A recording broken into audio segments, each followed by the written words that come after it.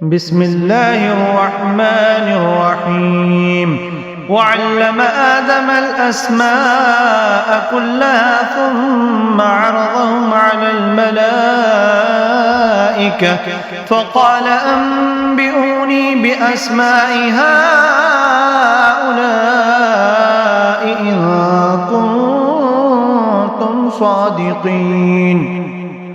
قالوا سبحانك لا علم لنا إلا ما علمتنا إنك أنت العليم الحكيم قال يا آدم أنبئهم بأسمائهم فلما أنبأهم بأسمائهم قال ألم أقل لكم إني أعلم غيب السماوات والأرض وأعلم ما تبدون وما كنتم تكتمون وإذ قلنا للملائكة اسجدوا لآدم فسجدوا إلا إبليس أبى واستكبر وكان من الكافرين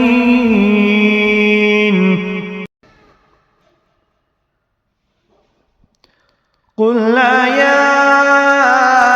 آدم اسكن أنت وزوجك الجنة وكلا منها رغدا حيث شئتما ولا تقربا هذه الشجرة فتكونا من الظالمين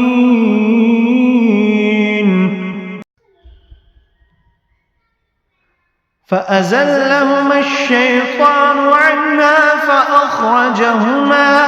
فأخرجهما مما كانا فيه وقلنا اهبطوا بعضكم لبعض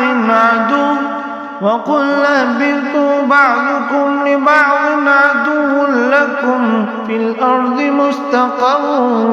ومتاع إلى حين فتلقى آدم من ربه كلمات فتاب عليه إنه هو التواب الرحيم قلنا اهبطوا منها جميعا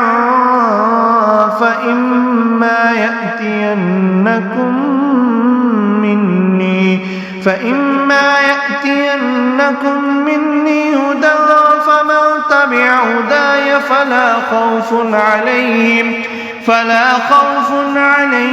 ولا هم يحزنون والذين كفروا وكذبوا بآياتنا أولئك أصحاب النار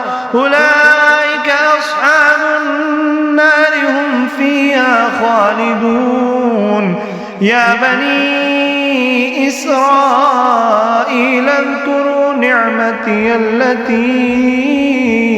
أنعمت عليكم